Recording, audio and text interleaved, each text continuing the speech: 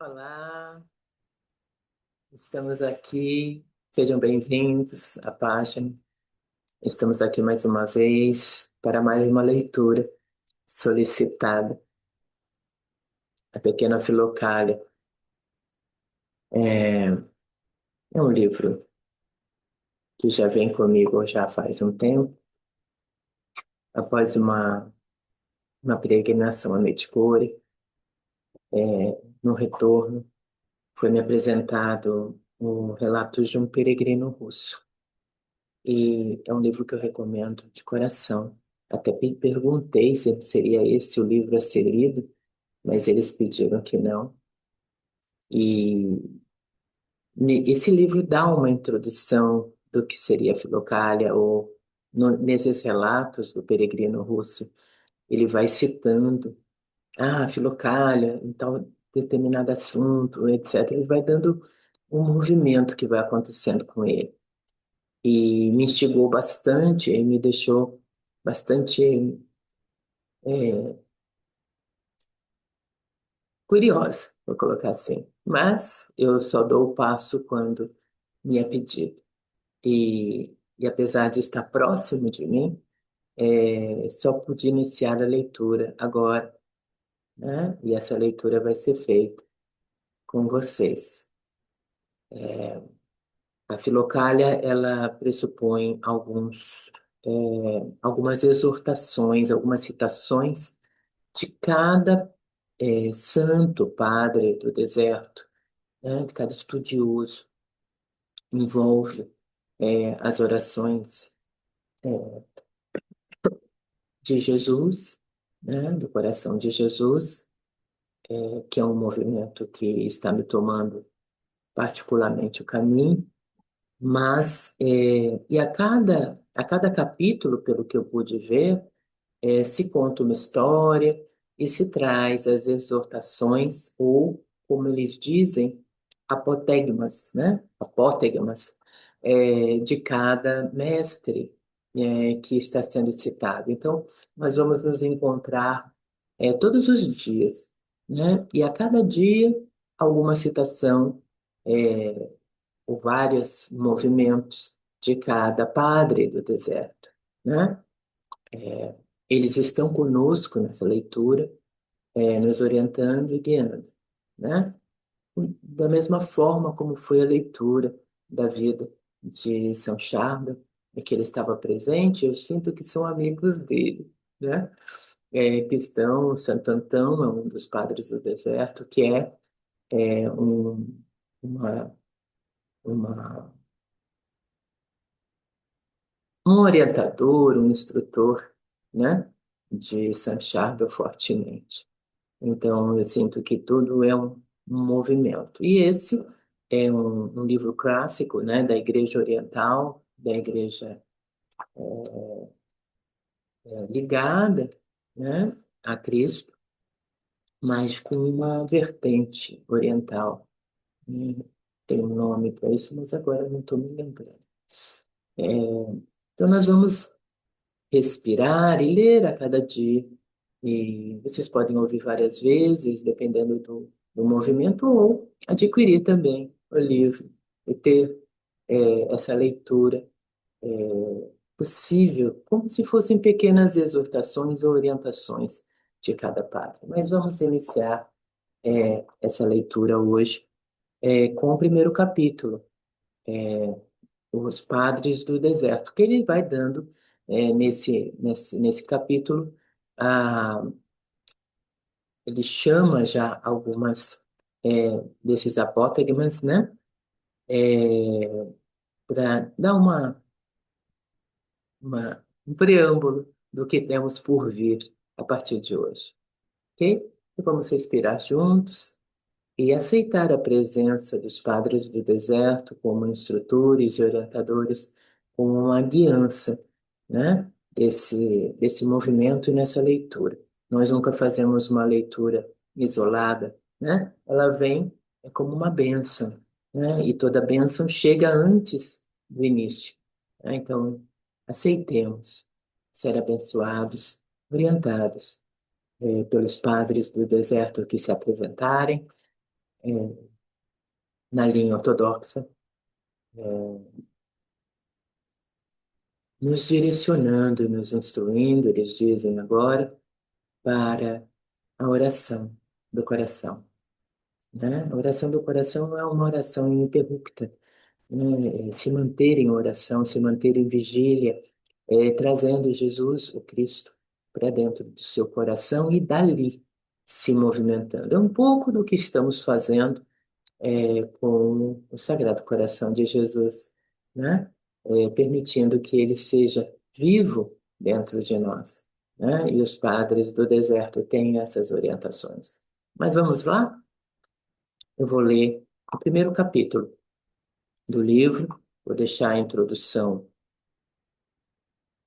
para que vocês tenham, né? Eu li numa chamada para essa leitura uma oração que é aqui da pequena Filocália, atribuída a Teófanes, né? E eu vou começar com ela e seguimos para o primeiro capítulo, ok? No começo, vem a oração soberanamente pura, de onde procede um calor no coração. Depois, uma estranha e santa energia, em seguida as divinas lágrimas do coração e a paz que elas encerram de todos os pensamentos, de onde jorra a purificação do espírito e a contemplação dos mistérios divinos. Depois dela, indescritivelmente um ardor, uma iluminação do coração, consumida, por sua vez, pela imperfeita perfeição. Capítulo 1. Os Padres do Deserto. A Filocália inclui, além das exortações do pseudo-Antão, um relato muito útil de um certo abade, Filémon, que seria procurado em vão nas crônicas do deserto. O documento tem a marca da fábrica e parece situar-se entre a época dos grandes sinaitas e o renascimento exicasta do século XIV. Imaginado para valorizar a exíquia e a oração de Jesus, ele é, por outro lado, sem importância.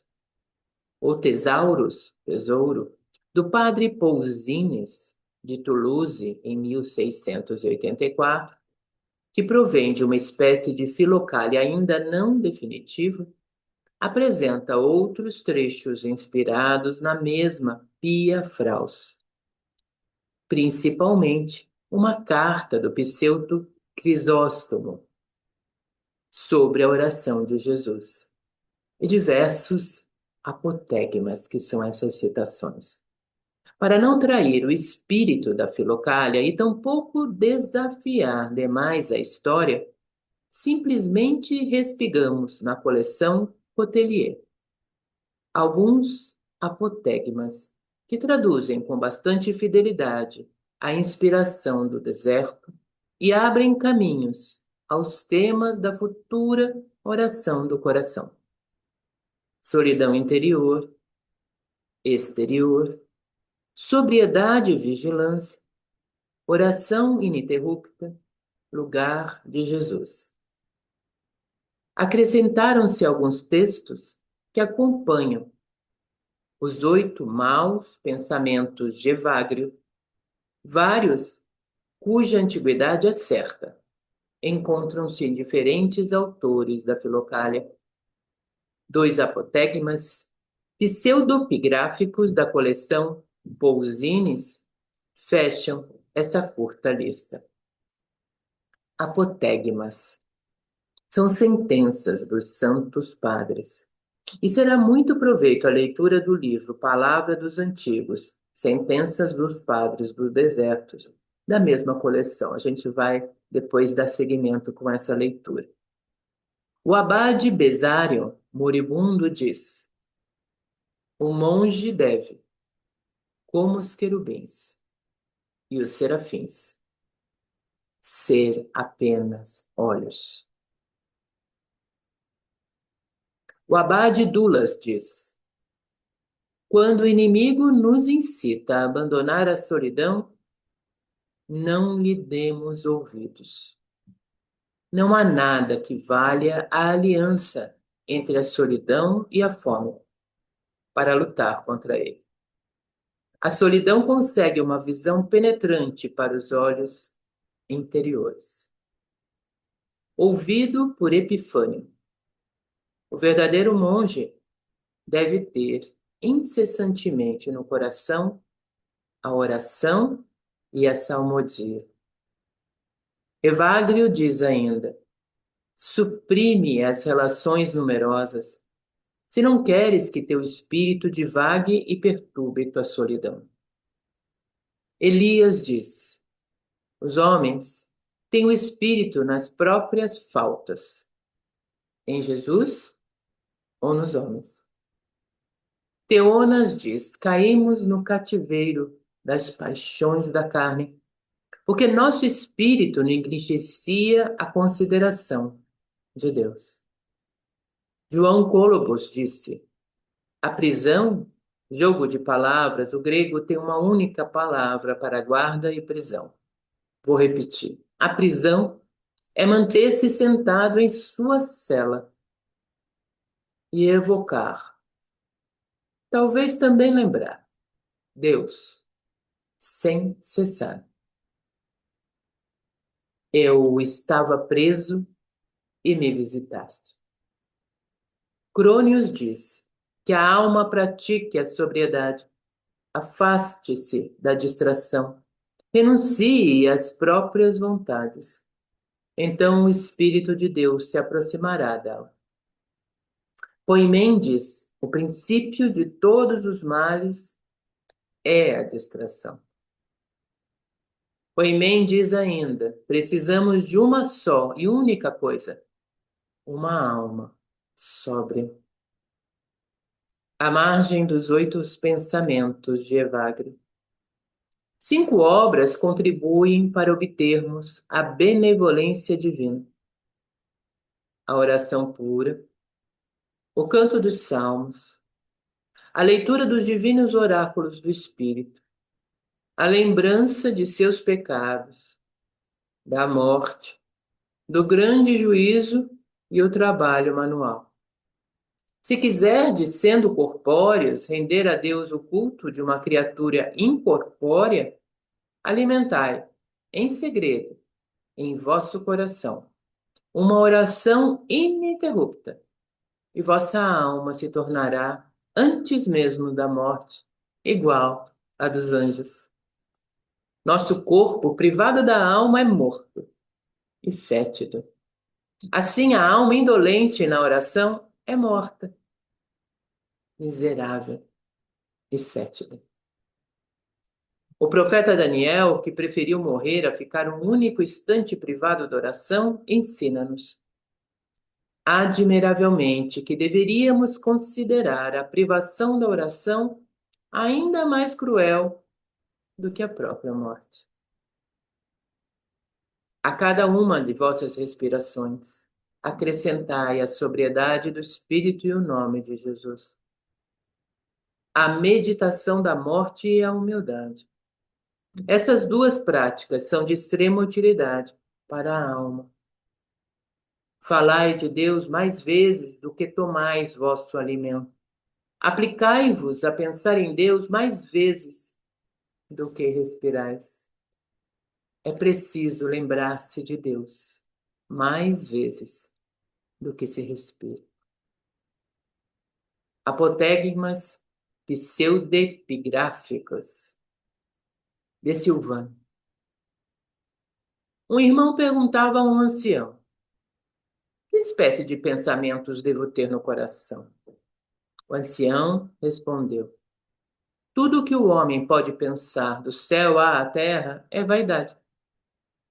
Quem persevera na lembrança de Jesus, esse está na verdade. Disse-lhe o irmão: e como conseguir Jesus? Ele respondeu: o labor da humildade e a oração ininterrupta conseguem Jesus. Todos os santos, do começo até o fim, deveram a salvação a esses meus. De Poimé. O ancião disse: luta, para que teu espírito seja iluminado por Deus, tua alma santificada, teu corpo purificado, para que enfim te tornes simples, com a mesma unidade absolutamente simples da Trindade. Que o homem se torne de carnal todo espiritual, transformando-se ambos por uma resolução firme no terceiro e primeiro, o espírito.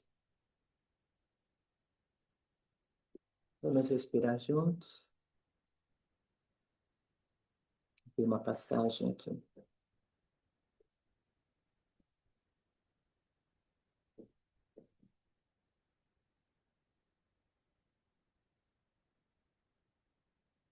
A cada uma das suas respirações, acrescentai a sobriedade do espírito e o nome de Jesus. Então vamos respirar juntos. Inspira, pausa. E nessa pausa, Jesus. E expira. Inspira. Jesus. Expira. Inspira. Jesus. Expira. E mantém a tua respiração em receber a luz, permanecer com Jesus na pausa e expirar a luz, irradiando a luz de Jesus através de você. Nos encontramos amanhã para mais um capítulo. A pequena, filocada, e a paz de Jesus estejam conosco. Amém.